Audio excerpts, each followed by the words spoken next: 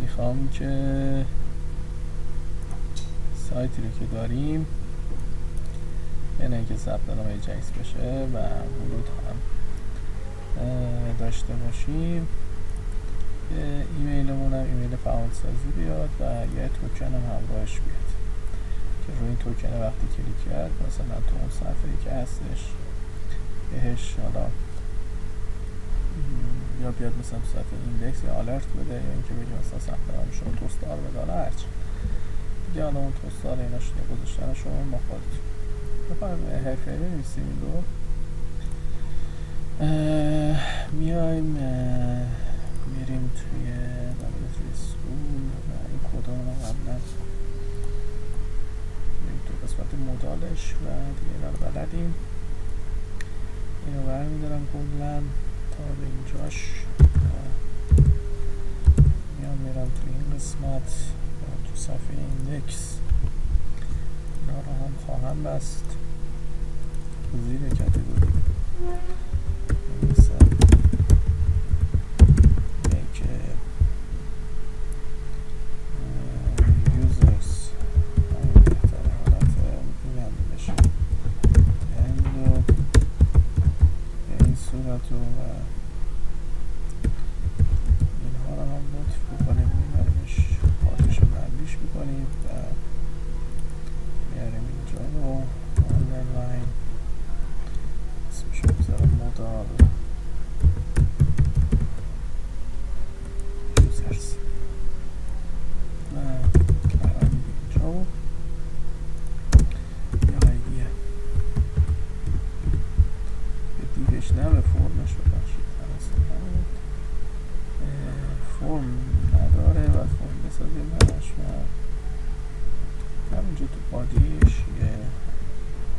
فرم و یه متد پست و یه اکشن حالا و یه جای خواهد رفت و اینجا البته یه کلاس فرم گروپ و یه آیدی یوزرز بهش میدیم و این کوته تایپ تکست و نیم یوزر نیم و بعدش هم توی کلیپ باید بذاشتیمش کلاس فرم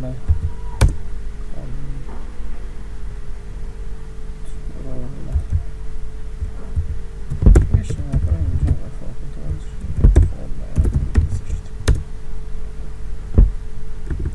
این کنترل دارم که فرم گروپ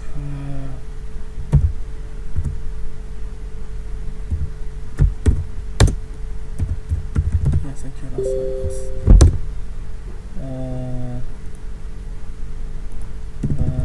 اینجا فرم هم دیر کلاس فرم گروپ باشه و این تو تایپ تکست و نیم یوزر نیم و کلاس فرم گروپ رو بهش کنترل رو بهش میدیم. نمیدونم تستش بکنم که درست هستش یا نه. یه لحظه بیایم اینجا این تریکه رو که روی کلیک بکنیم این رو بیاره تریکش رو میدونه چجوریه تو استراب این رو کلن کپی میکنیم و بیایم میریم توی هد یا منو تو منو و ثبتمون تو ایش این رو قرار میدید و به این صورت این منو اینجا قرار بگیره و توی ایندکس هم اینجا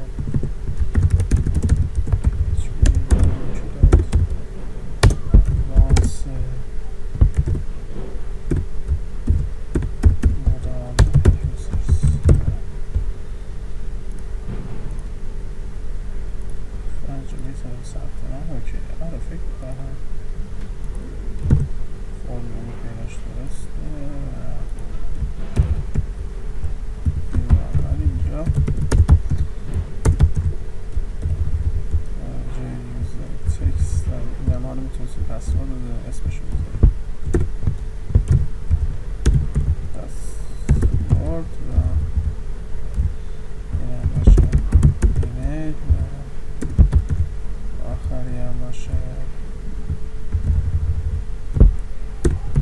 سابمیت نیمش مهم نیست و اگه میشه باشه سابمیت فون کنترل هم نبود تکس انتر همش بدیم و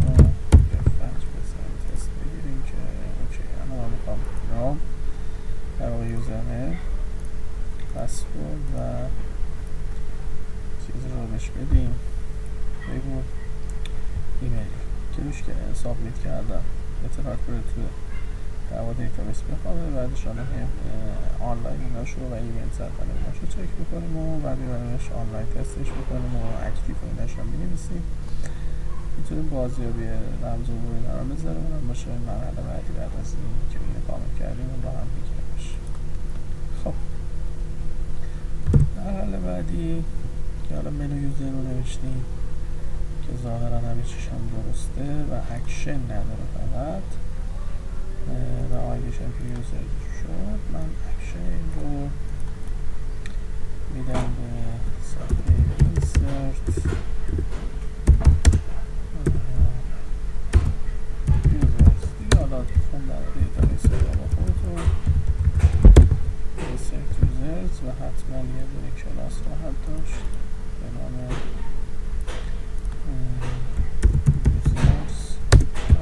یوزرز بشه و حتما یه کلوگوانس دیتابیس دیتابیس رو خواهیم داشت و اون کاری که بکنیم پرایوت static .com و یه دونه public static function connect database و بکنیم و که هم کسی نویسیمش و اینجا سلف کام رو اینجا بگیمش و بگیم دیتابیس کانکشت و دارم ما SQLi سیت کرد سلف کانه که فارسی خواست بده و UTF-8 این رو هم اینجا آماده کنیم و میدونم مالیک static function insert users و اولین کاری که بکنیم self و connect database رو و MySQLi query self con و بگیم insert into میدونید چی بگیم ببخشید users یا register اسمش رو میخوام تیبلش بزنم register یه ایمیل خواهد گرفت یه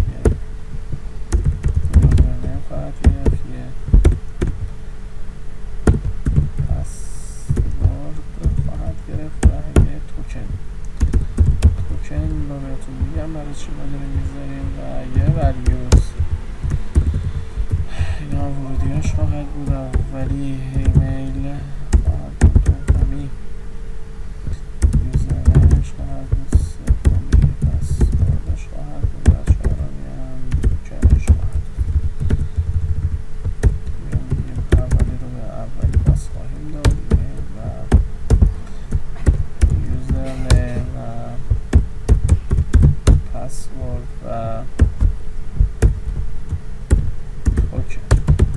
اینا رو همه رو به همش پس یه سلکت هم اینجا من می‌نویسم بعدا بهتون میگم چقدر فانکشن و سلکت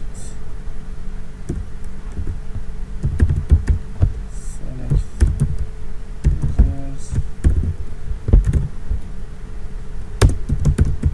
بر حسب در واقع می‌خوایم اطلاعات رو برگردونیم. اینجا اولین کاری که می‌کنیم سلف و .com و ببخشید تایپ دیتابیس و اینجا چون اطلاعات می‌خوایم برگردونیم MySQLi query self com و select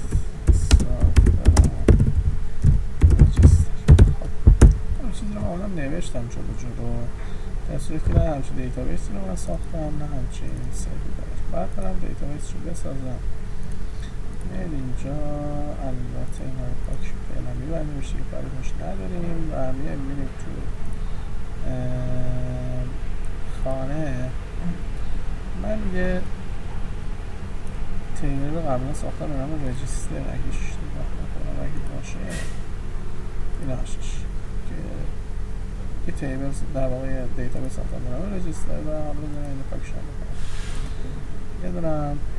تیبل ساختم به نام رجیستر، پس دیتابیس رجیستر و تیبلش هم رجیستر. سرچ بشم یه یوزرنیم و پسورد ایمیل توکن و اکتیو رو بای دیفالت صفرش، یعنی از دیفالت گذاشتم صفر باشه، اینتیجر باشه، مشکل نداره. توکن رو یه دونه برکرد 250 تی، ایمیل 250 تی و پسورد 250 تی و برکرد یوزرنیم 250 تی، آیدی هم که مشخص. اکتیو قرار اتفاقی برش بیفته. حالا اینا چی هستن جلوتر خواهید فهمید.